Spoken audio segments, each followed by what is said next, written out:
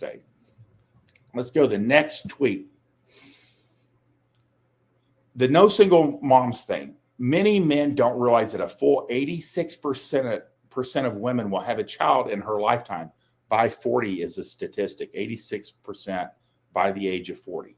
This, not you, not her jobby job, not her world travel or any of that other bullshit or their dog mom, is her driving force. Having children is. Again, the girl blueprint, especially for girls in their 20s, is boyfriend, engagement, wedding, house, kids.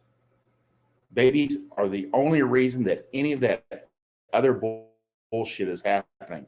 If babies weren't in the equation, none of the rest would matter.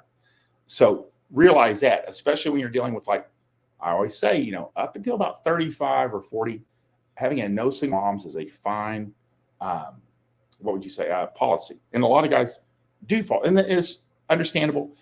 After 30, you or the women are becoming 35, 40, a woman without children, something is usually off.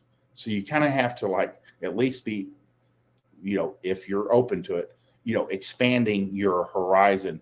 And if you have kids, most men do have kids by the age of 35. You kind of like understand this better. But a lot of guys don't understand it.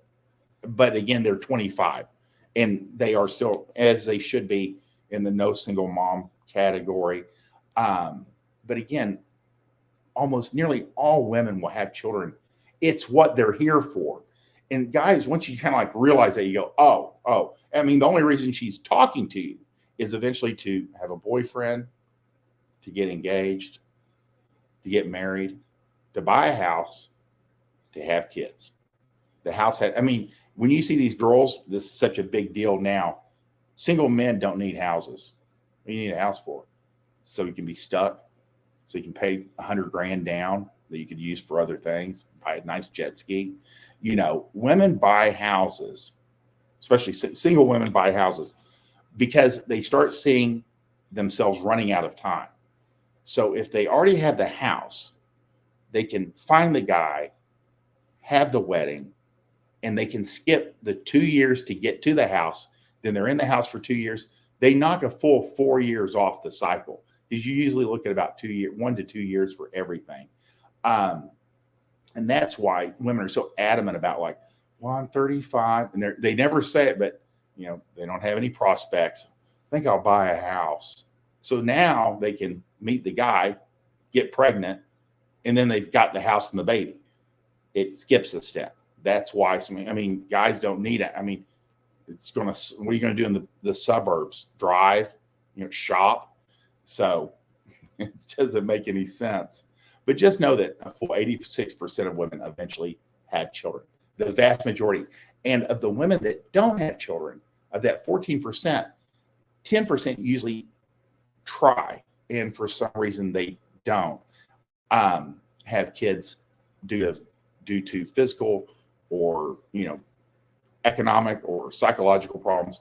And then, you have your child free. It's a teeny tiny little group. And that's the real deal when it comes to women and the girl blueprint, which is, of course, boyfriend, engagement, wedding, house, babies. The whole thing comes down to babies. What's Bunny had to say? Bunny says, Fort Worth had to start really dating me because he'd already fucked everyone else. There's that. Yeah, that's true. By default, that's very funny. Well, and if you don't want me to read your comment, that's pretty funny.